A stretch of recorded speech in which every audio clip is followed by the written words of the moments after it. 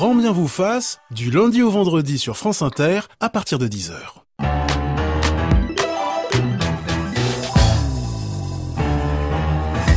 Bonjour, bienvenue dans Grand bien vous fasse en direct ou en podcast. Et ce matin, une question, qu'est-ce que le luxe ? Le luxe qui provoque attraction, répulsion, fascination et jugements moraux. Le luxe sert-il seulement à se distinguer si l'on penche plutôt du côté des thèses de Pierre Bourdieu, ou bien à mettre en scène une consommation ostentatoire si l'on a bien lu la théorie de la classe de loisirs de l'américain Thorstein Veblen ? Le luxe est-il forcément inutile et superficiel ? De quelle façon montre-t-il l'effort des êtres humains pour s'émanciper de la sphère du besoin et de la nécessité pour créer des produits rares et exceptionnels? À quoi ressemblent les consommateurs du luxe en France? Une clientèle beaucoup plus hétérogène qu'on ne le croit. Et vous, quelle que soit votre condition sociale, quelle est votre conception du luxe? Quel est le genre de luxe qui vous rend heureux? 01 45 24 7000, sans oublier l'appli France Inter et la page Facebook de l'émission. Avec nous pour nous éclairer, l'anthropologue Marc Abélès qui publie un ethnologue au pays du luxe et le sociologue Rémi Oudguiri du cabinet Sociovision. Tout à l'heure, vous retrouverez notre grand reporter Antoine Ly qui s'est fait plaisir en suivant un agent immobilier de luxe dans un quartier chic parisien. Bienvenue dans Grand bien vous fasse, la vie quotidienne, mode d'emploi. France Inter, Grand bien vous fasse, Ali Rébi. Bonjour à nos invités, Rémi Oudguiri, directeur adjoint de l'Observatoire Sociovision, Marc Abélès, directeur d'études à l'École des hautes études en sciences sociales. Vous publiez un ethnologue au pays du luxe. Alors le littré nous indique que le luxe vient du latin luxus, qui veut dire excès, débauche, faste. Pour le Robert, le luxe, c'est un mode de vie caractérisé par de grandes dépenses consacrées au superflu, mais aussi le caractère coûteux, somptueux d'un bien, d'un service. Et pour l'anthropologue que vous êtes, Marc Abélès, c'est quoi le luxe ? Ben écoutez, le luxe, moi je dirais c'est ce qui n'a pas de prix. J'aime bien cette formule parce qu'elle dit à la fois que ce qui n'a pas de prix c'est en fait extrêmement coûteux, ça peut être extrêmement coûteux, et puis en même temps c'est un peu au-delà justement de la valeur. C'est ça qui fascine, je crois, d'emblée dans le luxe. Et puis le luxe, c'est aussi une notion de quelque chose de superflu, de quelque chose dont on n'a pas véritablement besoin. Donc il y a un peu ce côté qui est un peu ambivalent d'ailleurs dans le luxe, puisque dès l'étymologie du mot, luxe, ça renvoie bien sûr à l'aspect excès, mais aussi à un aspect qui est plus complexe, qui est un aspect, je dirais, un peu de luxe, c'est comme se luxer quelque chose. Luxus veut dire également mis de travers en latin. Oui, voilà, c'est mis de travers et c'est un peu la notion aussi de luxure qui est souvent associée au luxe. Et il y a toujours d'ailleurs par rapport au luxe, chez les philosophes, chez ceux qui se sont penchés sur ces questions, il y a souvent, disons, une attitude un peu moralisante justement, parce qu'il y a quelque chose qui frappe dans cet aspect excessif du luxe. S'adonner au luxe, c'est toujours s'exposer à la luxure ? S'adonner au luxe, je crois qu'aujourd'hui le luxe est très domestiqué, mais je pense que à la base il y avait cette idée-là. Il y a l'idée d'une sorte d'un peu de transgression, si j'ose dire. Et l'écrivain Georges Bataille parle d'ailleurs de la puissance de transgression du luxe. Oui, Bataille insiste sur le fait que le luxe, c'est avant tout la dépense. Et la dépense, pour lui, c'est quelque chose de complètement positif. C'est ce qu'il appelle la consommation. C'est-à-dire aller jusqu'au bout, en fait, de son désir. Et le luxe serait à peu près cela. Mais ça ne veut pas dire, d'ailleurs, que le désir, ça soit nécessairement lié à quelque chose de coûteux, de riche, etc. Mais c'est une façon de s'affirmer soi-même. Et c'est une façon, justement, de dépenser, de s'affirmer sans compter. Rémi Oudguiri, c'est quoi le luxe pour vous ? Alors pour moi personnellement, pour le sociologue que vous êtes. Pour le sociologue. Enfin, quand on demande aux gens c'est quoi le luxe pour eux, la première chose, quel que soit le pays, qu'on soit en Asie, en Amérique du Nord, en France, c'est la qualité. C'est quelque chose, c'est des produits de qualité supérieure et effectivement qui vont appeler un prix particulier. Ensuite, quand on regarde schématiquement les réponses à cette question, il y a deux types de réponses. Celle qui est classique et qu'on va trouver aujourd'hui surtout dans les pays dits émergents comme la Chine, enfin les pays très dynamiques, la Russie, le Brésil, c'est le statut. C'est-à-dire qu'on achète des produits de luxe. Le luxe, c'est une manière de montrer que j'ai réussi parce que je participe d'un mouvement économique qui est très dynamique et je montre grâce au luxe que j'ai réussi. Et puis, il y a une autre façon de définir le luxe, davantage dans les pays occidentaux, la France par exemple, où on va plutôt insister sur la dimension personnelle. Le luxe est une récompense que je me fais à moi-même. Alors ça peut être une petite récompense, un parfum par exemple, ou ça peut être une grande récompense, une automobile ou je ne sais quoi, un séjour dans une croisière de luxe. Et là, on est plus dans une dimension personnelle. Ce qui compte, c'est la dimension hédoniste en fait du luxe. Donc je pense qu'aujourd'hui dans le monde, il y a ces deux dimensions qui coexistent et qui donne lieu d'ailleurs à des comportements assez différents. Marc Abélès, pour un anthropologue prestigieux comme vous, ça pourrait paraître futile, superficiel de s'intéresser au luxe. C'est un sujet assez peu étudié en sciences sociales. Oui, c'est un sujet peut-être un peu sulfureux, c'est-à-dire que les sciences sociales ont tendance à s'intéresser plutôt à la misère du monde, pour citer Bourdieu. C'est vrai que c'est considéré comme une priorité, et en même temps, pour un anthropologue justement qui s'intéresse à l'humain et à des aspects universels de l'activité humaine, on s'aperçoit que dans des sociétés très éloignées ou très anciennes ou très archaïques, le luxe a toujours été un élément de fascination, a toujours été, même dans des sociétés où finalement il y a assez peu il y a très peu d'éléments matériels, disons, il y a toujours dans le luxe cette recherche de quelque chose d'un au-delà, d'une sorte de transcendance. C'est ça qu'il faut retenir, je crois. Et c'est pourquoi il me semblait que parler du luxe, c'était aussi fondamental que parler d'autres aspects de la vie et de l'activité humaine. Mais certains de vos chers confrères pourraient vous accuser d'être le complice des nantis. Et voilà, c'est le côté moraliste. C'est un peu la querelle qu'il y a eu au XVIIIe siècle entre Voltaire et Rousseau. Voltaire disait le superflu, chose très nécessaire, alors que Rousseau accusait justement le luxe et toutes ces choses-là d'amollissement et précisément de ne pas s'intéresser à ce qui était essentiel dans le fonctionnement des sociétés. Et là, Voltaire a très bien montré que, en fait, le luxe était non seulement important pour les individus, mais aussi pour l'économie générale d'une société. Rémi Oudguiri, le luxe, c'est un sujet légitime pour le sociologue que vous êtes ? Oui, parce que d'abord c'est un secteur en pleine expansion dans le monde, et ça reste quelque chose qui caractérise les sociétés contemporaines. Effectivement, le côté superficiel, parfois totalement assumé. Les gens assument d'acheter ou de vivre des expériences qui ne sont pas utiles directement, mais c'est un surcroît de vie, d'existence, une forme de transcendance. Ce qui est intéressant aujourd'hui, c'est que il y a deux façons de voir le luxe, et il y a une façon et qui monte de plus en plus dans nos enquêtes, qui est une demande, et vous le dites dans votre livre, d'authenticité. Et ça se traduit concrètement par des marques. Ils veulent acheter des marques qui ont une histoire, qui montrent un savoir-faire, qui a subi l'épreuve du temps, qui a traversé l'épreuve du temps. Et puis il y a une deuxième dimension qui peut paraître contradictoire à celle-ci, c'est l'innovation. C'est-à-dire qu'on veut que le luxe nous emmène vers le futur, nous ouvre le futur.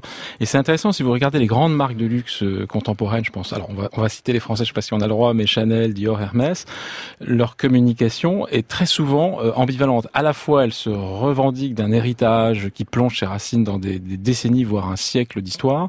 Et puis de l'autre, elles montrent des façons nouvelles de se vêtir, des façons nouvelles de vivre, parfois des mannequins qui sont un peu en avance sur notre époque. Donc il y a aussi un système de valeurs qui est présent dans le luxe. Quel est le poids de l'industrie du luxe en France, Marc Abélès? L'industrie du luxe est extrêmement importante puisque, par exemple, une société comme LVMH a dépassé Total au CAC 40, donc c'est pas rien.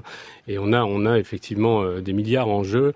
Et je crois que ce qui est intéressant aussi, c'est de voir que, en fait, je voyais la récente campagne électorale, on a assez peu parlé en fait de l'industrie du luxe. Les politiciens parlaient beaucoup des aspects positifs de l'activité en France, de l'activité industrielle, de ce qui pouvait se développer. On parlait pas trop du luxe. Or, en fait, si vous allez en Chine, pour les Chinois, l'essentiel de l'activité industrielle en France, c'est précisément tourner autour du luxe, et c'est aussi tous les aspects du tourisme, du patrimoine, etc.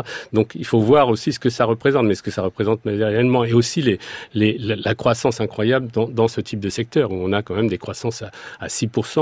On a certaines firmes de luxe qui sont à 25% de croissance annuelle. Enfin, c'est pour ça qu'il m'a semblé aussi assez intéressant de faire ce voyage au pays du luxe pour rejoindre un peu ces préoccupations. Et c'est pas rien, en fait. Rémi Oudguiri. Oui, je voudrais compléter. C'est vrai que quand on interroge aujourd'hui partout dans le monde quelles sont les marques de luxe par excellence, la France est de très loin première. Ensuite, il y a l'Italie. C'est la France et l'Italie, vraiment, qui sont les deux emblèmes du luxe luxe dans le monde aujourd'hui. Et ce qui est intéressant, c'est que, vous avez raison, en France, dans nos enquêtes, les gens n'assument pas leur goût du luxe, en tout cas, sont assez critiques par rapport à ça, ce qui n'est pas du tout le cas dès que vous allez dans d'autres pays. Alors les pays anglo-saxons assument complètement ça, enfin disent, voilà, moi j'aime bien le luxe, etc. Et alors les pays comme la Chine, alors là, c'est vraiment, je citais tout à l'heure avant l'émission, quand on demande à un Chinois aujourd'hui, c'est quoi votre activité préférée? La première, c'est important, c'est la famille, je passe du temps avec mes proches. Et la seconde, c'est j'achète des produits de luxe. C'est quelque chose qui participe d'un mode de vie. Le luxe, c'est quelque chose de relatif, c'est une notion subjective qui dépend de sa situation dans l'échelle sociale. Ce que je trouve luxueux ne l'est pas forcément pour mon beau-frère, pour mon voisin de bureau Mathieu Vidard, pour le footballeur Neymar ou pour un patron du CAC 40, Rémi Guéry. C'est très relatif, le luxe. C'est totalement relatif, d'où la grande diversité d'ailleurs des marques et des discours de marques aujourd'hui qui essayent justement de capter l'ensemble du spectre des aspirations, des projections que les gens ont. Et aussi, tout peut devenir à un moment luxueux. Vous citez Apple dans votre livre. C'est vrai qu'Apple, alors que LVMH dit oui, Apple c'est pas du luxe, mais pour certains c'est du luxe. Regardez les queues qui sont à chaque fois qu'il y a un nouvel iPhone qui sort, ce sont les queues qu'on voit devant les magasins Vuitton sur les Champs-Élysées. Donc le luxe peut être partout en fait, dans le café et en fait dans la consommation, dans l'évolution récente de la consommation, ce que on observe, c'est ce que les spécialistes appellent la premiumisation, c'est-à-dire la montée en luxe, de plus en plus de valeur ajoutée accordée aux produits. Et donc le luxe devient un point important du développement économique aujourd'hui. Marc Abélès. Oui, je dirais qu'il y a deux façons de voir les choses. C'est-à-dire qu'on peut dire subjectivement, pour moi, un luxe, c'est d'avoir un peu de temps pour aller prendre un petit café au soleil, etc. Donc des choses très très très modestes. Et puis en même temps, le luxe, c'est ce qui se focalise justement sur des marques. Et ça, c'est un des phénomènes très importants contemporains et qui s'explique, je dirais, par les enjeux économiques du luxe. C'est que progressivement, tout un chacun est amené à se positionner par rapport à des marques. Et je donne un exemple. C'est à Hong Kong, dans le métro de Hong Kong, vous avez un grand tapis roulant très long, vous imaginez. Et puis vous suivez sans arrêt Givenchy, un écran avec Givenchy, le rouge à lèvres, etc. Donc quelqu'un qui est très modeste, qui prend ce métro, il est suivi par ces images et il va vivre en fonction de ces images et il va se dire peut-être c'est ça la réussite. C'est-à-dire que le luxe, c'est plus seulement une fascination de quelque chose qu'on ne pourrait pas avoir, mais c'est aussi une manière de se dire mais peut-être qu'un jour on l'aura et peut-être qu'on va faire ce qu'il faut pour l'avoir. Et là, ça renverse aussi beaucoup les mentalités. C'est pour ça que d'un point de vue, je dirais, anthropologique, ce changement finalement, cette idée que c'est plus, par exemple en Chine, c'est plus le petit livre rouge et tout ça, mais c'est l'idée d'un avenir radieux qui passerait par ces produits de luxe. Voilà, ça c'est très important. On ne peut pas nier justement le côté assez fondamental dans l'objectif que se donnent les gens et les images qu'on leur donne. Et c'est pareil quand vous allez dans ces énormes malls de luxe que vous trouvez par exemple à Shanghai, des choses énormes où il y a que des magasins de luxe, mais vraiment de Prada, vous avez 4 Dior, vous avez dans le même lieu. Et bien entendu, tous les gens qui vont là ne sont pas des consommateurs. Il y en a même très très peu. Mais en même temps, on passe là, on s'arrête, on regarde. On va au spectacle. On va au spectacle. Et ça, c'est très important. Un message Facebook de Lauriana qui nous dit: est-ce que se tourner vers le luxe reflète une certaine personnalité? Moi, j'en arrive même à ne plus oser porter de belles tenues pour ne pas susciter la jalousie au sein de ma famille et au travail. Et ça rejoint ce que vous disiez, Rémi Guéry. Il est parfois difficile de confesser, d'assumer son goût du luxe. En France. En particulier en France. Je pense que la France singulière, en Europe en général, mais en France plus particulièrement, on ne le dit pas parce qu'il y a un tabou, alors qu'il est lié au tabou de l'argent en réalité. Et aussi parce que nous vivons dans un pays qui a la passion de l'égalité. De l'égalité. Et puis Marc je pense Abélès. qu'il y a aussi ce côté déviant, c'est le côté luxure. Et ça, c'est cette ambivalence qui est difficile parfois, le côté un peu transgressif. Et je crois que même quelqu'un, disons d'un niveau moyen ou modeste, qui se fait un petit cadeau dont il n'a pas besoin, qui est un peu superflu, il le vit à la fois comme un grand plaisir, mais dans ce plaisir, il y a un côté justement un petit peu transgressif. C'est un cliché de réduire le luxe à l'inessentiel, à l'inutilité. C'est un cliché dans la mesure où on ne prend pas toujours la mesure en fait de ce que peut apporter du luxe et pas seulement à ceux l'associer toujours aux riches. C'est un peu ça le problème, parce que le luxe il doit pouvoir appartenir à tout le monde en fait. Fred, sur notre page Facebook, nous dit le luxe, c'est avoir du temps. Eh bien, dites-nous quelle est votre conception personnelle du luxe au 01 45 24 7000, sans oublier l'appli France Inter et la page Facebook de notre émission. Alexia Rivière, Claire Destacan, Théo Denmat et Manon Rax m'ont aidé à préparer cette émission et c'est réalisé par Stéphanie Texier.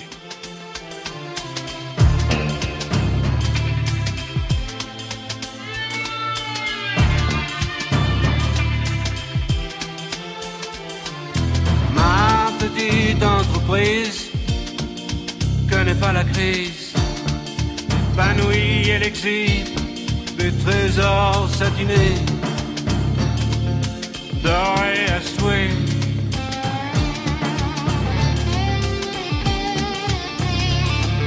J'ordonne une expertise, mais la vérité m'épuise.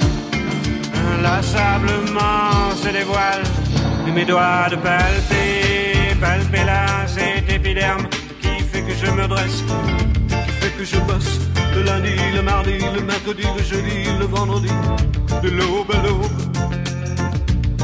une partie de la matinée et les vacances, abstinence. Ma petite entreprise, ma locomotive avance au mépris des sémaphores, me tire du néant.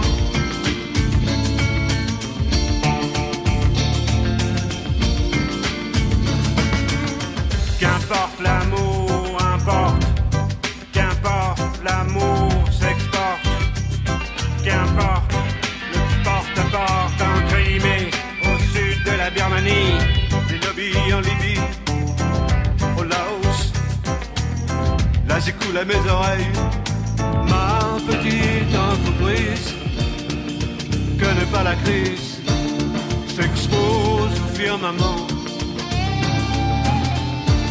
suggère la reprise, embauche de gauche, inlassablement se dévoile, et mes doigts de palper là cet épiderme qui fait que je souque, qui fait que je toque à chaque palier. Escalier, c'est bâtiment B.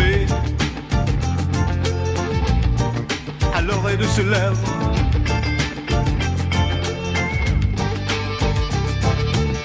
qu'importe l'amour, importe. Qu'importe l'amour s'exporte. Je perds le nord, Garpam, quand je vois se poindre les pyramides nez à nez, mes lubies. Là j'écoule à mes oreilles. Ma petite entreprise connaît pas la crise, épanouie et exhibe des trésors satinés, dorés à souhait.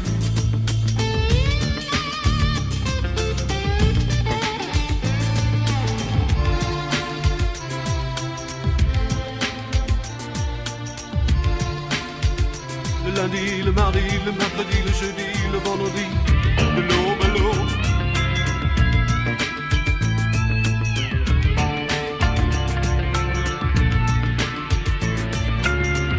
Le lundi, le mardi, le mercredi, le jeudi, le vendredi,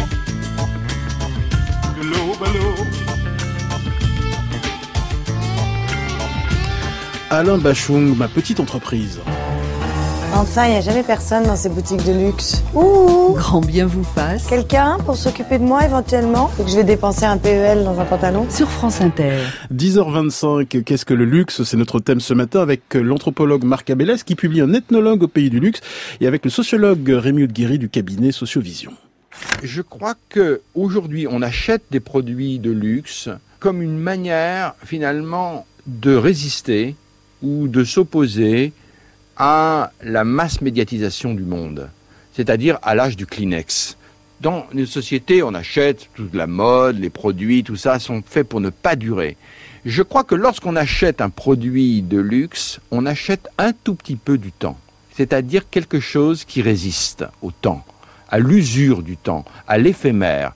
C'est pour ça que quand vous êtes collectionneur, vous achetez des objets anciens, vous avez des œuvres qui sont des œuvres signées. Si nous aimons les marques, par exemple, anciennes, peut-être qu'il y a un rapport quand même au temps. Marc Abélès, le luxe est un moyen de défier le temps, comme vient de le dire le philosophe Gilles Lipovetsky. Oui, dans une certaine mesure, c'est un moyen de résister à l'éphémère, et en même temps, c'est complètement dans l'éphémère, parce que la mode, elle change, elle ne cesse de changer, et si elle s'arrêtait, si on arrêtait les collections, qu'est-ce qui se passerait? Donc, il y a cet aspect. Moi, je pense que la collection et le luxe, c'est un petit peu différent. C'est-à-dire qu'on peut être collectionneur et acheter des objets magnifiques et ne pas être nécessairement fasciné par le luxe comme le sont ceux qui vont acheter certaines marques. C'est pour ça, je crois que comme il parle de mass médiatisation, je pense qu'elle joue aussi beaucoup aujourd'hui dans le secteur du luxe. Donc ça me paraît un peu difficile de faire cette opposition de manière tranchée. Rémi de Guéry. Oui, je noterais le boom actuel du luxe d'occasion. Ça fait plusieurs années que les sites qui proposent des produits de luxe d'occasion... C'est pas antinomique, luxe d'occasion? Eh bien, justement non. Pourquoi? Parce que, justement, Gilles Lipovetsky dit on achète du temps. Je pense que dans ces sites d'occasion, les gens ont le sentiment, justement, d'échapper à la mode et d'acheter des morceaux du temps. Et ça, je pense que c'est un phénomène assez nouveau, parce que c'est des pièces uniques, des pièces qui n'existent plus, justement, qui échappent aux collections actuelles, et qui montrent bien que c'est sur le fil du rasoir que se situe toujours le luxe, entre d'un côté le besoin de légitimité par l'histoire et donc par cette notion d'intemporalité, mais de l'autre il faut en effet être connecté à l'histoire telle qu'elle se fait. Donc c'est un peu il faut mettre en période de crise, on a plutôt tendance à mettre en valeur les idées de valeur sûre, d'investissement à long terme, et donc cette notion d'intemporalité. Et en période plus de grande exubérance, de développement économique, comme c'est le cas en Chine aujourd'hui, on met en avant plutôt les valeurs d'innovation, de mode, et donc d'où cette frénésie qu'on voit en Chine ou dans plein de pays en Asie actuellement autour de ça. Marc Abélès, comment expliquez-vous que partout dans le monde, les images du luxe envahissent notre quotidien? Images de richesse, de réussite, de bonheur liées au luxe. Comment on l'explique ça?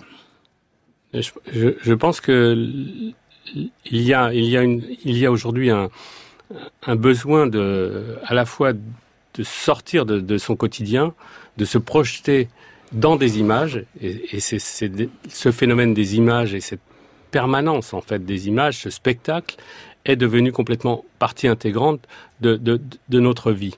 Et dans ces conditions, des images de luxe qui peuvent avoir un pouvoir de fascination, certains objets, certains comportements, certaines stars, enfin tout ça fait partie finalement d'une configuration beaucoup plus générale dans laquelle, un peu partout dans le monde, et c'est pas du tout lié à ce pays en particulier, on va se mouvoir et on va éprouver une sorte de plaisir, et ça va nous porter, ça crée une sorte à la fois de fascination, un peu d'ivresse aussi, et je crois que ce sont des éléments importants en fait dans la représentation qu'on peut avoir du luxe aujourd'hui. Cette fascination pour le luxe, c'est une manière de conjurer les désordres du monde en ces temps d'incertitude?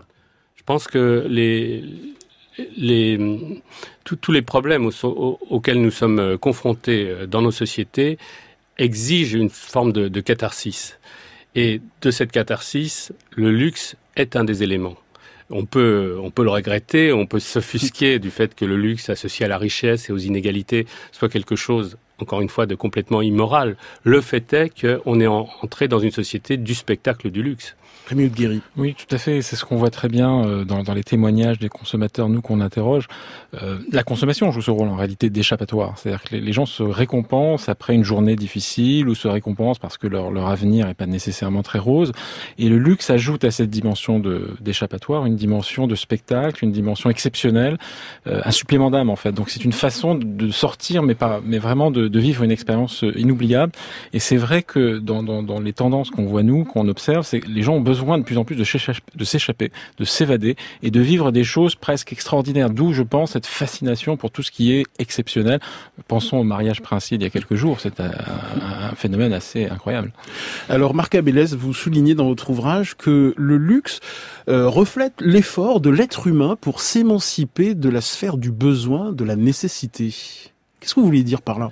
Je veux dire par là que pratiquement, on peut dire dans toutes les sociétés, il y a un certain nombre d'éléments, d'objets, de produits qu'on consomme en fonction d'un besoin immédiat, Et puis, on observe qu'il y a aussi ce qu'on appelle, par exemple, dans des sociétés en Nouvelle-Guinée, en Océanie, on a fait des anthropologues l'ont montré, il y a ce qu'on appelle des objets précieux. Il y a des gens qui s'échangent des coquillages, des plumes, des haches, des objets donc qui sortent complètement de la circulation habituelle et de la consommation habituelle. Et donc, c'est un moyen de s'émanciper, c'est un moyen d'aller au-delà d'une activité qui serait complètement dédiée à des besoins. Et un anthropologue célèbre, Marshall Salins, a montré, par exemple, que dans ce qu'il appelle les premières sociétés d'abondance, c'était un peu paradoxal, parce que c'était des sociétés de chasseurs-cueilleurs, et bien même dans ces sociétés, disons, les gens réservaient une grande partie de leur temps de travail où ils limitaient plutôt une grande partie de leur temps de travail pour se livrer à des activités cérémonielles, à des activités justement ostentatoires. Et ça, c'est des activités rituelles qui n'avaient aucune nécessité. Et ça a fait beaucoup progresser aussi les recherches sur ces thèmes-là, parce qu'on se disait toujours que ces premières sociétés, c'était des sociétés qui vivaient complètement sous l'empire du besoin. Ben, pas du tout. On y travaille plutôt moins qu'ailleurs, alors qu'en principe, on devrait être complètement soumis à cet empire du besoin. Ludovic, sur notre page Facebook, nous dit « Pour moi, le luxe, ce n'est pas forcément lié à la consommation. Le luxe, c'est avant tout lié à la notion de liberté. Le luxe de choisir sa vie, de choisir son quotidien, d'être libre de ses choix. » Bonjour Nicole. Oui, bonjour. Alors, vous avez travaillé dans l'industrie du luxe. Oui. Expliquez-nous un peu. Alors, en quelques mots, pendant mes années Dior, je participais au comité Colbert, qui est le luxe, le comité du luxe. Et lors d'un séminaire, j'ai eu le bonheur, et je dirais l'honneur, de rencontrer Jean-Louis Dumas Hermès, et nous avions à plancher sur la définition du luxe. Et tout le monde, comme vous ce matin, on se creusait la tête sur le luxe. Est-ce que c'est cher? Est-ce que c'est ceci? Est-ce que c'est cela? Et Jean-Louis Dumas a pris la parole et il a donné une définition du luxe qui, encore aujourd'hui, me touche énormément. Lui, il disait le luxe pour moi, c'est ce qui se répare. Donc, on était tous un peu surpris de cette définition. Et il a donné comme exemple une paire de sabots. Il a dit voilà, cette paire de sabots, elle a un supplément d'âme, quelqu'un l'a construite, l'a faite à la main, et quelqu'un peut la rapporter pour le réparer. Et ça, cette histoire de ça se répare, c'est fait à la main, il y a un supplément d'âme, et bien pour moi, aujourd'hui encore, lorsque je fais des interventions dans des écoles, je m'en sers souvent parce que je trouve qu'on doit revenir d'une part à l'artisanat de luxe, que Hermès d'ailleurs développe énormément, pas qu'Hermès, mais Hermès surtout. Et moi je suis très touchée par je sais pas ce que vous en pensez, mais moi je suis très touchée par cette définition, parce que ça met l'humain au cœur d'un objet. Alors ça peut être bien sûr un style de vie, tout ce que vous avez développé, mais ça met l'humain et la main de l'homme au cœur. Cet homme a mis tout son savoir-faire pour faire une paire de sabots. Quelqu'un l'a porté. C'est pas forcément cher, et il a rapporté parce que lui-même a été attaché à cet objet. Très belle définition du luxe, Nicole. Alors, comme vous avez cité Hermès, je vais citer Louis Vuitton, Longchamp. Rémi de Guiry, sur le témoignage de Nicole. Je pense que c'est très juste. C'est d'ailleurs l'écueil du luxe actuellement, parce que plus le luxe se développe, plus il perd contact avec cet artisanat, en fait, parce que à l'origine ce sont des artisans, et d'ailleurs les vrais amateurs du luxe, ce qu'ils valorisent le plus, c'est deux choses. C'est le fait main, très souvent. Il faut prendre du temps pour faire un produit de luxe, c'est beaucoup de temps, c'est beaucoup de savoir-faire. C'est un savoir-faire qui a traversé l'histoire, qui a été transmis de génération en génération. Regardez tout le discours des montres, de l'horlogerie et là-dessus. Et puis ensuite c'est le service qui va avec, et Hermès est très réputé pour ça, mais les grandes marques de luxe également, c'est-à-dire que vous pouvez rapporter un sac, une montre, etc. Et vous avez la garantie qu'elle sera réparée. Et cette notion de réparation est très intéressante. Merci beaucoup, Nicole, d'être intervenue. Alors, quelles sont les qualités, vous les avez un peu évoquées, essentielles d'un produit de luxe en 2018 ? Qu'est-ce qui fait qu'un produit est considéré comme un produit de luxe? Alors, je prends l'exemple du saumon. Le saumon n'est plus considéré comme un produit de luxe. On le trouve même dans les enseignes à bas prix. Aujourd'hui, en 2018, c'est quoi un produit de luxe? Alors, ça dépend du secteur, bien évidemment. Il y a des invariants? Les invariants, c'est en principe la notion d'origine, c'est-à-dire qu'on doit, il y a une sacralité de l'origine dans un produit de luxe. C'est-à-dire que le produit de luxe, vous devez savoir d'où il vient, tout est transparent et normalement, donc ça c'est la première chose. La deuxième chose, c'est le savoir-faire dont on a parlé également. Il y a un savoir-faire a priori unique, exclusif, qui est presque secret. Les maisons horlogères cachent leurs secrets et beaucoup d'autres acteurs du luxe. Donc il y a une notion d'origine, notion de savoir-faire. Le côté humain, je pense, qui a été cité est important. C'est vrai que a priori, le luxe et l'industrie qu'on peu de choses à voir, alors même qu'on vit l'industrialisation du luxe à l'heure actuelle. D'ailleurs, dans les enquêtes, on voit bien que beaucoup de gens sont un peu nostalgiques du monde d'avant, d'un monde où le luxe était encore alors un peu plus accessible, mais surtout n'était pas soumis à une logique industrielle, à une logique de la mode qui fait que et c'est très vrai en Europe, les gens nous disent le luxe perd son âme. Bonjour Alain. Bonjour. Bienvenue dans l'émission, vous habitez à Sceaux et vous travaillez dans la maison mère d'une très grande marque de luxe. Qu'est-ce que ça vous fait de voir certains clients dépenser l'équivalent de votre salaire mensuel pour un produit de luxe? En tout cas, ça fait 1 an que je travaille dans le milieu de luxe déjà, pour une grande maison de maroquinerie. Et en fait, il y a 2 façons différentes de voir les choses par rapport à ça. Il y a des gens qui vont acheter un produit qui est très très cher, ils vont l'acheter parce qu'ils s'y connaissent vraiment, parce qu'il y a un savoir-faire, il y a une histoire derrière qui est versée dans l'art, dans l'histoire de la maison et surtout dans la qualité du produit, parce que c'est ça qui on met en valeur surtout chez nous, pour la maison que je travaille, c'est le savoir-faire. Donc ces gens-là, ils vont pas on va pas se fixer sur un prix, c'est surtout qu'ils vont acheter un savoir-faire de qualité. Ce que j'entendais tout à l'heure, j'étais assez d'accord dans la durée du temps en fait qu'on achète de luxe. C'est pas seulement quelque chose qu'on achète pour se démarquer, bien sûr, pour avoir une attitude différente aux autres, mais surtout pour garder quelque chose de qualité qui est différent à tout ce qui se fait ailleurs dans un secteur comme ça. Et puis la deuxième chose, c'est qu'il y a des gens aussi qui vont acheter des produits qui sont très très chers, donc qui équivalent à 3-4 SMIC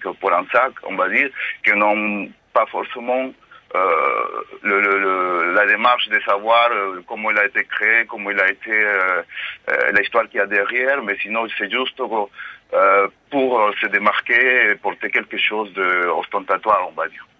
Vous pouvez nous dresser une petite typologie des clients que vous croisez depuis votre poste d'observation? Justement, il y a ces 2 clients différents. On va dire qu'il y a surtout les nouveaux riches qui sont différents aux gens qui ont l'habitude depuis tout petit à côtoyer, à être dans ce monde-là de luxe en fait. Donc les nouveaux riches, on va parler des gens asiatiques, de ces pays émergents d'Amérique du Sud, d'Afrique, qui ont pas forcément une habitude de côtoyer des maisons comme ça et qui vont pas forcément s'intéresser au produit, sinon à la marque, à ce que représente la marque dans le monde, c'est ça. Et puis voilà, moi j'écoutais un petit peu tout ce que se disait tout à l'heure. Il y avait une dame qui témoignait, et j'étais assez d'accord parce que le luxe, c'est pas seulement, on se dit oui, c'est un monde qui est très froid, frivole et en général, mais je pense que derrière il y a un grand travail humain, artisanal, des gens qui mettent de soi, qui sont fiers de créer une pièce avec des matériaux nobles et Merci beaucoup Alain pour votre intervention. Marc Abélès, le luxe doit sans cesse se réinventer car il est toujours susceptible de se trivialiser, de se banaliser. Il y a une tension permanente entre élitisme et banalisation. Oui, tout à fait. Ce que vous disiez, par exemple, vous citiez le cas du saumon, mais on pourrait dire aussi pour le champagne ou pour des produits qui à une époque étaient vraiment des produits de luxe ou à une époque très ancienne. Pour les Britanniques, le thé, c'était un produit complètement de luxe. C'est souvent des produits d'ailleurs qui étaient des produits exportés, enfin ou importés par ces pays-là. Et donc, c'est sûr qu'à un certain moment, on s'aperçoit que peu à peu, ils deviennent plus populaires et il y a un mouvement d'uniformisation. Mais là, il y a un mouvement en ce moment qui est très rapide et très accéléré. Et c'est cela que je parle dans mon livre, très accéléré du fait justement de cette multiplication des consommateurs avec l'arrivée, monsieur parlait des produits, des pays émergents, des pays asiatiques, etc. Donc une multiplicité de nouveaux riches qui font que maintenant, trouver l'exceptionnel devient très compliqué. Donc il faut arriver à restaurer en fait une image du luxe qui est en permanence menacée par ces processus d'uniformisation. Rémi Aude-Guéry. Oui, je pense que la façon dont le luxe essaye de parer à tout ça, bon, il y a le prix toujours, et c'est toujours un enjeu, enfin, c'est des discussions infinies auprès des maisons de quel prix on fixe, et en général, il ne faut jamais baisser, un produit de luxe ne voit jamais son prix baisser. Dès que vous voyez des promotions sur un produit, a priori, on n'est plus tellement dans le luxe, on est dans un luxe qui est en train d'essayer de sauver les meubles, donc il n'est plus vraiment en connexion avec son époque. Donc le prix est vraiment fondamental, c'est la barrière, parce que comme vous l'avez dit tout à l'heure, le luxe est omniprésent partout. Et vous avez cité Shanghai, mais Dubaï, par exemple, c'est aujourd'hui devenu une des plaques tournantes du luxe international. Et c'est vrai que c'est d'un luxe prodigieux. Mais effectivement, on est là juste à 80% face à des spectateurs. Les vrais acheteurs sont relativement peu nombreux. Donc, seul le prix peut permettre de garder une forme. Il faut être partout présent pour faire rêver. Et c'est ce que cherchent les marques de luxe. Mais il faut garder cette barrière du prix. Le luxe, c'est quand... On habite dans une grande maison, avoir une belle voiture, enfin des choses comme ça, quoi. Avoir quelque chose pour l'acheter, avoir beaucoup d'argent. Par exemple, une maison, c'est une maison en or, quoi, je sais pas, un truc comme ça. C'est quoi le luxe pour toi ? Une piscine. Et t'en as une ? Oui, chez moi, une petite. Et est-ce que tu connais quelqu'un qui vit dans le luxe ? Oui, mon grand-père. Il a une grande piscine plus grande que moi. Et il a une grande maison en Amérique. Non. Dis-moi, c'est pourquoi le luxe ? Le luxe, c'est un endroit qui est super, quoi, en fait. Qui est... Il y a la télé plasma écran plat, il y a un grand fauteuil, enfin, des grandes pièces... Comme un palace, quoi, en fait. Quelques enfants interviewés en 2005 sur France Inter. Rémi Aude-Guéry, ces enfants, ils ont bien grandi. Ce sont des millennials, les enfants de l'ère numérique, nés à partir du milieu des années 1990. Quel est le rapport au luxe de ces jeunes générations ? Alors, il se trouve que chez Sociovision, on a fait une enquête en Asie, en Amérique du Nord, en France. On a posé une question complètement ouverte. Qu'est-ce que le luxe pour vous ? Et ce qui est intéressant, c'est que les gens n'ont pas parlé, pour la grande majorité, de produits ou d'argent ou de quelque chose de matériel. La plupart ont cité la liberté. C'est-à-dire, pour moi, le luxe, c'est la liberté. Et je pense que, et on le voit aussi à travers les témoignages que vous venez de passer, c'est que, au fond, le luxe, c'est ce qu'on n'a pas. Et c'est ce qui n'est pas accessible. Ce que nous disent ces millennials, c'est qu'ils n'ont pas la liberté et qu'ils aimeraient bien avoir la liberté.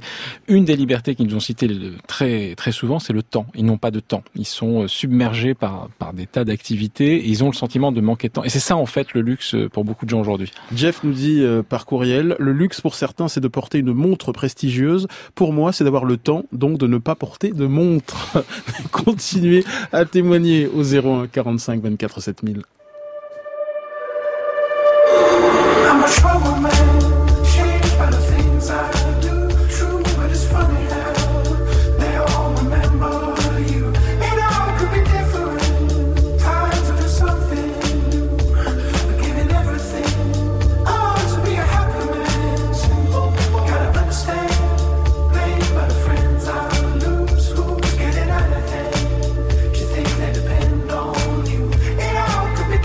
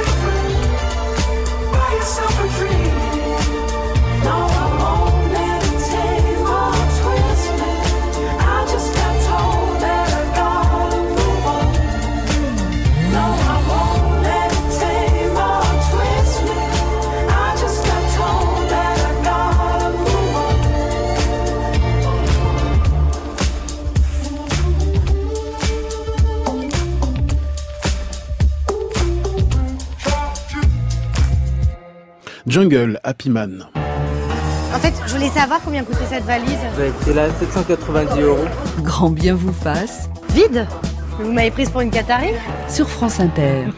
10h47, qu'est-ce que le luxe? C'est notre thème ce matin avec l'anthropologue Marc Abélès et avec le sociologue Rémi Oudguiri. Un courriel qui nous dit, vous parlez du luxe de façon consumériste, mais pour moi le luxe c'est aussi de me retrouver en vacances dans un endroit isolé, pas nécessairement très confortable, avec une très belle vue, coupé du monde, de la société de consommation et de la foule, et de pouvoir ainsi reconnecter avec la nature. Rémi Oudguiri. Oui, je pense qu'il a raison. Les témoignages que je citais tout à l'heure vont aussi dans ce sens-là. Pour chacun a sa définition du luxe. Et au fond, c'est ce qu'il n'a pas. Je pense que cette personne rêve de ce contexte-là parce qu'il n'a pas accès à ce contexte-là. Et pour la plupart des gens, je pense que le luxe est rare par définition. La consommation de luxe peut être ostentatoire. J'ai pourtant l'impression qu'aujourd'hui, le luxe, c'est de faire le vide. Le minimalisme, c'est le luxe de notre époque. Comment expliquer cette tendance au minimalisme, notamment chez les plus privilégiés? Le luxe ne se donne plus forcément spectacle, Rémi Oudguiri? Je dirais pas ça, même si je pense que c'est toujours cette idée de liberté. Je vais donner un exemple d'un amateur d'automobile de luxe. Et d'ailleurs, il y a une marque aux États-Unis qui a lancé un abonnement. Il nous a expliqué qu'au fond, lui, ce qui l'intéresse, c'est le lundi de pouvoir conduire telle voiture, tel modèle, le mardi un autre modèle. C'est ça le luxe suprême. Donc, il s'agit pas de posséder la voiture, il s'agit d'en jouir. Et donc, il y a aux États-Unis une marque de luxe, Cadillac, pour ne pas la citer, qui a lancé un abonnement. Pour un abonnement de $1 500, je crois, vous pouvez utiliser n'importe quel modèle et donc c'est un luxe où finalement la propriété n'est plus le centre, c'est l'expérience qui est le plus important. Le luxe est également un style de vie qui me met en valeur personnellement. Je recherche une expérience unique qui me distingue des autres et ce n'est pas forcément une distinction sociale. Oui, c'est une façon. Alors traditionnellement, c'était une distinction économique. Je suis riche, donc j'achète du luxe et je montre que je suis riche. Aujourd'hui, c'est plus j'achète du luxe pour me distinguer. D'où l'importance de la multiplicité des références, des marques, des produits. Et j'ai parlé tout à l'heure du luxe d'occasion. C'est aussi une façon de trouver des produits que personne n'a. Il y a toujours cette idée de distinction personnelle. Et il existe une typologie des consommateurs du luxe? Est-ce qu'il y a Oui, je pense. C'est quoi les familles du luxe? Alors, il y en a plusieurs, mais les plus importantes, au fond, il y en a trois très importantes. Il y a celle du nouveau riche qui a été citée, c'est le luxe statutaire qui existe énormément dans je pense au Moyen-Orient, par exemple. Donc, on montre qu'on est riche. En Russie, en Chine, beaucoup, même si ça commence à changer en Chine. Moins en Europe, même si ça existe en Europe. Aux États-Unis également. Donc, la réussite sociale. Il y a un deuxième profil qu'on peut appeler hédoniste, c'est-à-dire j'achète du luxe pour me faire plaisir. Donc, qui est plutôt porté vers la mode, vers la nouveauté, donc tout ce qui est collection, innovation, tout ça, ça va être très important. Et puis il y a un troisième type d'amateur de luxe, plus discret, qui va valoriser le savoir-faire et la tradition. Donc typiquement, on retrouve ces amateurs dans l'horlogerie, par exemple. Eux, ils vont pas montrer qu'ils ont plein de montres. Ils vont collectionner des montres avec des modèles incroyables, très chers, mais qui vont ranger et ne montrer qu'à des connaisseurs. Donc on est dans une autre dimension. Marc Abélès, sur cette grande typologie des clients du luxe. Oui, on peut reprendre cette typologie. On a maintenant, je pense aussi des gens qui sont partisans d'un nouveau luxe qui serait plus un luxe éthique, un luxe responsable. C'est quoi un luxe éthique? Par exemple, c'est l'utilisation ou la non-utilisation de certains produits. Par exemple, les cuirs, par exemple, le refus des fourrures, par exemple aussi, je pensais à un grand bijoutier qui se donne une image justement en montrant qu'il emploie effectivement des gens dans des mines de diamants, mais que ces gens sont traités de manière éthique et dans un partenariat équitable. Donc vous voyez, il y a cette idée-là et il y a la possibilité aussi de s'imaginer des expériences qui seraient plus proches de la nature et ça joue beaucoup en fonction de cette image d'un luxe plus écologique. Voilà, on pourrait dire un luxe plus écologique et ça fait partie aussi, ça s'ajoute à cette typologie. Karine nous dit sur notre page Facebook que pour moi le luxe c'est l'inaccessible et pour le moment, pour moi, mère de 4 enfants qui les élève seule, je dirais que le luxe serait la sérénité au quotidien qui passe donc par une certaine aisance financière. Pierre nous dit, le luxe est-il nécessairement lié à la notion d'argent dans une époque époque des plus trépidantes, le luxe ne serait-il pas d'avoir du temps pour soi, pour une marche en montagne, un livre passionnant, une heureuse relation de couple? Rémi de Guéry. Oui, et puis je voudrais ajouter quelque chose qui a été imaginé aux États-Unis, c'est que les gens se parlent de moins en moins parce qu'ils sont sur leur smartphone, via des écrans, etc. Donc la conversation est peut-être, quelqu'un a imaginé que dans quelques décennies, on paiera pour avoir des conversations. La conversation sera un produit de luxe. Quelle horreur. Bonjour Antoine Lee. Bonjour. Grand reporter de l'émission. Coup de projecteur sur l'immobilier de luxe. Vous vous êtes rendu, pour nous, pour Grand Bien vous fasse, dans un appartement à vendre dans l'un des quartiers les plus chers de Paris. Oui, Ali, est-ce que vous me permettez de livrer un petit secret? Allez-y. Alors, nous, à l'équipe de Grand Bien vous fasse, on rêve de vivre tous ensemble. Et donc, vous m'avez chargé de trouver un logement pour réaliser ce magnifique projet. Et comme on mérite le meilleur, j'ai donc cherché du côté des Champs-Élysées, vous savez, dans le prestigieux quartier du Triangle d'Or. Et pour ça, j'ai fait appel à l'agence John Taylor, spécialisée dans les biens de luxe. Et Jean-Philippe Roux, le patron de l'agence, m'a fait visiter un petit bijou, un magnifique duplex dans le 8e arrondissement de Paris. Là, on va au dernier étage, au 5e étage. Au 5e étage, exactement. Combien de mètres carrés et le prix du bien? Alors, celui que nous allons visiter fait en gros 150 mètres carrés, présenté à 3,6 millions. 5e étage. Ah ouais, déjà, dès qu'on entre, Oui, on a un effet, c'est le wow effect. Il y a un long couloir avec des baies vitrées partout. Quels sont les critères pour qu'un bien immobilier rentre dans votre agence spécialisée dans le luxe? Il y a 3 critères, et ces 3 critères sont location, location, location. C'est-à-dire l'emplacement, voire dans certains cas l'adresse, qui va faire que le bien se trouve dans un secteur de luxe. Le très haut de gamme dans ces quartiers-là va se trouver maintenant entre 20 et 25 000 euros du mètre. L'appartement dans lequel nous sommes en est une illustration. Là, nous entrons dans une chambre où vous voyez qu'il y a un petit meuble devant le lit avec une petite télécommande. C'est la télévision en fait qui va monter avec un petit mécanisme. Ah, il y a une télé cachée dans le meuble là? Il y a une télévision cachée dans le meuble, voilà. Ah, d'accord. Ah oui, il y a une trappe qui s'ouvre là automatiquement. Là, vous avez appuyé sur la télécommande. Donc la télévision s'installe en face sur le haut de gamme. On ne va pas hésiter à dépenser dans ce qui se voit et ce qui ne se voit pas d'ailleurs, en termes techniques, des montants assez colossaux. Ce sublime appartement, 150 mètres carrés, 3 600 000 euros. Est-ce que vous avez eu l'occasion de vendre des appartements encore plus dingues? Pour ce qui nous concerne, chez John Taylor, les biens les plus chers, ils sont à Saint-Jean-Cap-Ferrat, donc dans le sud de la France. Et ce sont d'ailleurs généralement les biens les plus chers d'Europe. On a fait des ventes à plus de 100 millions d'euros. 100 millions d'euros, rien que ça. Voilà. Donc là, nous avons ce qu'on appelle en français la suite parentale ou la master bedroom pour les étrangers, qui est la chambre principale. Vous voyez ces gaines discrètes vers le haut. L'appartement est entièrement climatisé. Et ça, c'est quelque chose qui est absolument indispensable sur ce créneau du luxe aujourd'hui. On a dans ce type de quartier affaire à 80% de clientèle étrangère. Ce sont des gens qui sont habitués à ces standards. On le sait, souvent le client est pointilleux, pour ne pas dire capricieux. Est-ce que lorsqu'on est avec des clients qui pourraient acheter cash un appartement à 3 600 000 euros, est-ce qu'ils sont encore plus capricieux? Est-ce que c'est pire? Je ne parlerai pas de caprice, mais je parlerai d'exigence. Un dressing monsieur, un dressing madame, que vous voyez sur la droite. Et là, nous arrivons dans la salle de bain, donc qui va comporter, alors qui est en marbre de Carrare, c'est un marbre qui a été cherché en Italie. Ali Rebéi m'a mandaté pour trouver un appartement parce qu'on va faire une coloc avec toute l'équipe de Grand Bien vous fasse. J'achète. Si vous nous offrez toutes les garanties, on présentera votre offre au propriétaire et on s'entendra. Ali Rebéi a toutes les garanties financières. Vous inquiétez pas. Bon, c'est très bien. Si l'appartement lui plaît, on sera ravis qu'il s'y installe. Anthony, je sens que je vais avoir un redressement fiscal. Assumez votre salaire. Moi, à titre personnel, mon petit rêve, mon luxe, ce serait un petit manoir 18e siècle dans le Périgord. Ah bah ça sera pour votre résidence secondaire, je vais chercher. Rémi de Guéry, petit commentaire sur le reportage d'Antoine Lee. Ça correspond une forme de luxe. C'est évidemment pas... Moi, ça me fait pas rêver à titre personnel. Voilà. Et vous? Moi, pas tellement. Marc Abélès. Ça plaît à la clientèle chinoise, ça. Vous en parlez, il y a un chapitre dans votre ouvrage sur la clientèle chinoise. Là, on est dans le luxe raisonnable, alors que je pense que le luxe doit avoir quelque chose d'extravagant.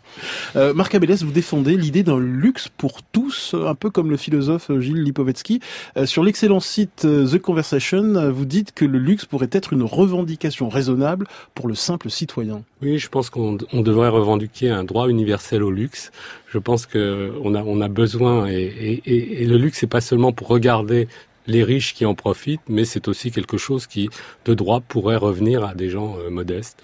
Véro nous dit, pour moi, le luxe, c'est parvenir à me satisfaire du minimum et à en soutirer un maximum de plaisir, plus puissant que n'importe quel objet de luxe, une nuit à la belle étoile plutôt qu'une suite dans un palace, par exemple. Allez, pour terminer, quelle est votre conception personnelle du luxe? Allez, lâchez-vous, Rémi de Guéry. Moi, je citerai Camus, ce qui peut paraître bizarre. Non, mais il disait notre monde est en train de changer. Il n'y a plus d'île, il n'y a plus de désert. Et vous me connaissez, Ali, mais moi, je dirais que mon luxe à moi, ma définition du luxe, c'est de trouver des endroits où on s'isole complètement et on sort du monde, en fait. Et l'expérience de la sortie du monde, c'est ça le luxe pour moi. Vous avez une adresse? Je la cherche toujours. Marc Abélès, votre luxe à vous, personnel? Mon luxe à moi, ça serait de m'offrir un objet que j'adore, qui ne me servirait à rien. C'est un clavecin. Ah bon? Je voudrais, voilà, un clavecin. Pourquoi? Parce que c'est un très très bel instrument. Je ne sais pas en jouer, mais j'adore l'entendre.